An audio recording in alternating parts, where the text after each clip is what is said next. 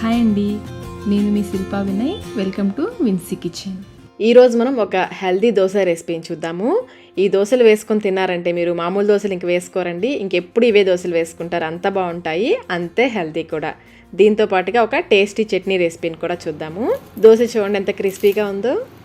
Weight loss అవ్వాలనుకున్న వాళ్ళకి, అలాగే diabetics ఉన్న వాళ్ళకి కూడా ఈ దోశ చాలా మంచిదండి. తప్పకుండా ఒకసారి ట్రై చేయండి. ముందుగా దోశకి పిండి ఎలా తయారు చేసుకోవాలో చూద్దాము. 1 కప్పు రాగులు తీసుకోవాలి. ఇంట్లో ఉండే ఏదైనా గిన్నెతో కానీ గ్లాస్తో కానీ వీటన్నిటిని ఒకే గ్లాస్తో కొలుచుకోండి.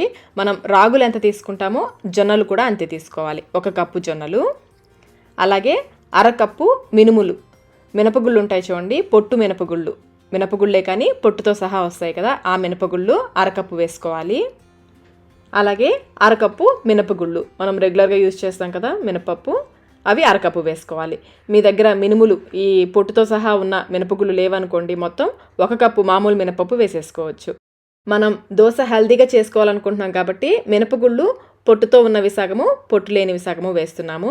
వీటిని ఒక గిన్నెలోకి వేసేసుకొని 1-2 సార్లు శుభ్రంగా కడిగేసి తగినన్ని నీళ్లు పోసి నానబెట్టుకోవాలి.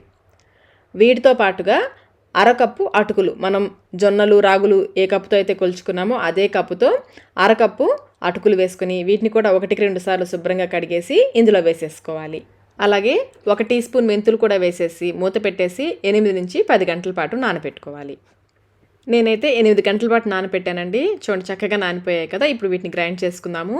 మిక్సీ జార్లో కొంచెం ఇవి వేసుకుంటూ తగినన్ని నీళ్లు పోసి మెత్తగా గ్రైండ్ చేసుకోవాలి. ఇవి గ్రైండ్ చేయడానికి కొంచెం టైం పడుతుందండి. రాగులు కదా, రాగులు జొన్నలు ఇవి గ్రైండ్ అవ్వడానికి కొంచెం టైం పడుతుంది. ఈ విధంగా మెత్తగా గ్రైండ్ చేసుకోవాలి. ఇలా గ్రైండ్ చేసుకునే పిండిని ఒక గిన్నెలోకి వేసేసుకోండి. మిక్సీ జార్లో మరి నిండుగా కాకుండా కొంచెం వేసుకుంటూ గ్రైండ్ చేసుకుంటే ఈజీగా గ్రైండ్ అవుతాయి. ఇలా గ్రైండ్ చేసుకున్న పిండి అంతటిని ఒక గిన్నెలోకి వేసేసుకొని అంతా ఒకసారి బాగా కలిసేలాగా చేత్తో కలుపుకోవాలి. వాతావరణం చల్లగా ఉంది కదండి, పిండిని కొంచెం పలుచగా గ్రైండ్ చేసుకుంటే పిండి బాగా పులుస్తుంది. ఈ విధంగా బాగా కలిపేసుకుని మూత పెట్టేసి పిండిని 8 గంటల పాటు పులియనివ్వాలి, లేదా ఓవర్ నైట్ చేసినా చక్కగా పులుస్తుంది. నెక్స్ట్ డే మార్నింగ్ అంతా చూడండి పిండి చక్కగా పులిసింది కదా.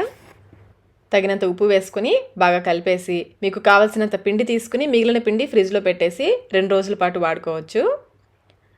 పిండి పలుచగానే ఉంది కాబట్టి నేను నీళ్లు పోయట్లేదండి. మీకు గట్టిగా ఉంది పిండి అనిపిస్తే మరి కొంచెం నీళ్ళు పోసి కలుపుకోవచ్చు. దోసపిండి రెడీ అయిపోయింది కదా, దీన్ని పక్కన పెట్టేసుకుని ఇప్పుడు మనం ఒక టేస్టీ చట్నీ రెసిపీని చూద్దాము. ప్యాన్లో 1 స్పూన్ నూనె వేసి 8-10 పచ్చిమిర్చి, లేదా మీ కారానికి తగ్గట్టుగా పచ్చిమిర్చి వేసి ఎర్రగా వేయించుకోవాలి. పచ్చిమిర్చి బాగా వేగిన తర్వాత ఇందులో 1 గుప్పెడు కొత్తిమీర కూడా వేసి వేయించుకోవాలి. కొత్తిమీర వేసాక స్టవ్ ఆఫ్ చేసేసుకోండి, ఆ వేడికి ఇది మగ్గిపోతుంది. కొత్తిమీర ప్లేస్లో మీరు కావాలంటే పుదీనా కూడా వేసుకోవచ్చు. కొత్తిమీర కొంచెం, పుదీనా కొంచెం వేసుకోవచ్చు. మీ టేస్ట్కి తగ్గట్టుగా ఏది కావాలంటే అది వేసుకోవచ్చు. ఇలా 1 నిమిషం పాటు వేయించుకొని తీసి పక్కన పెట్టేసుకోండి. ఇప్పుడు ఇందులో 1 స్పూన్ నూనె వేసి నూనె కాగిన తర్వాత కొన్ని మినపగుళ్ళు, కొంచెం ఆవాలు, కొంచెం జీలకర్ర, 1 ఎండుమిర్చి, కొంచెం కరివేపాకు వేసి పోపు వేసుకోవాలి. పచ్చడికి పోపు వేసుకుంటున్నాము. ఇలా పోపు వేసుకుని పక్కన పెట్టేసుకోండి. ఇప్పుడు మిక్సీ జార్లో 1 కప్పు వేయించిన పల్లీలు, అదే కప్పుతో 1/2 కప్పు పుట్నాలు, తినేశనగపప్పు అంటారు కదా, 1/2 కప్పు వేసుకోవాలి. అలాగే వేయించుకున్న పచ్చిమిర్చి, కొత్తిమీర కూడా వేసుకోవాలి. 4 వెల్లుల్లి రెబ్బలు, కొంచెం చింతపండు, అలాగే 1 చిన్న ఉల్లిపాయ లేదా మీడియం సైజు ఉల్లిపాయలో సగం వేసుకోవచ్చు. రుచికి సరిపడంత ఉప్పు, తగినన్ని నీళ్లు పోసి మెత్తగా గ్రైండ్ చేసుకోవాలి. ఉల్లిపాయ వేయడం వల్ల పచ్చడికి ఒక డిఫరెంట్ టేస్ట్ వస్తుందండి, చాలా బాగుంటుంది. గ్రైండ్ చేసుకున్న పచ్చడిని ఒక గిన్నెలోకి వేసేసుకుని మనం రెడీగా పోపు వేసి పెట్టుకున్నాం కదా, ఆ పోపు కూడా వేసుకుని కలిపేసుకోవడమే. అంతేనండి, టేస్టీ చట్నీ రెడీ అయిపోయింది. హోటల్ స్టైల్ పల్లీ చట్నీ రెడీ అయిపోయింది. ఇప్పుడు మనం దోశ వేసుకుందాము. ప్యాన్ బాగా వేడెక్కిన తర్వాత ఫ్లేమ్ని లోలో పెట్టేసుకుని 1 గరిటెడు పిండి వేసుకుని పల్చగా స్ప్రెడ్ చేసుకోవాలి. మనం రెగ్యులర్గా వేసే దోశలాగానే పల్చగా వస్తాయి దోశలు. దోశ వేసాక ఫ్లేమ్ని మీడియంలో పెట్టేసి పైనుంచి కొంచెం నూనె వేసుకుని మీడియం ఫ్లేమ్లోనే దోశని బాగా కాలనివ్వాలి. వెయిట్ లాస్ అవ్వాలనుకున్న వాళ్ళు నూనె లేకుండా దోశ వేసుకోవచ్చు. దోశ ఒకవైపు కాలిన తర్వాత నిదానంగా రెండో వైపుకు తిప్పుకోవాలి. ఇటువైపు కూడా కొంచెం సేపు కాలనివ్వాలి. ఈ పిండిలో కొంచెం ఉల్లిపాయ, పచ్చిమిర్చి, కరివేపాకు, కొత్తిమీర వేసుకుని లావుగా ఊతప్పంలా వేసుకుంటే కూడా చాలా బాగుంటుందండి. టేస్ట్ సాఫ్ట్గా చాలా బాగుంటుంది ఊతప్పం. ఇలా 2 వైపులా కాల్చుకుని తీసేసుకోవడమే. అంతేనండి, ఎంతో టేస్టీ అలాగే హెల్దీ మిల్లెట్స్ దోశ రెడీ అయిపోయింది. వేడి దోశలు, అలాగే టేస్టీ చట్నీ రెడీగా ఉన్నాయి. మరి ఇంకెందుకు ఆలస్యం, తినేద్దాం రండి. చూసారా దోశలు ఎంత క్రిస్పీగా ఉన్నాయో.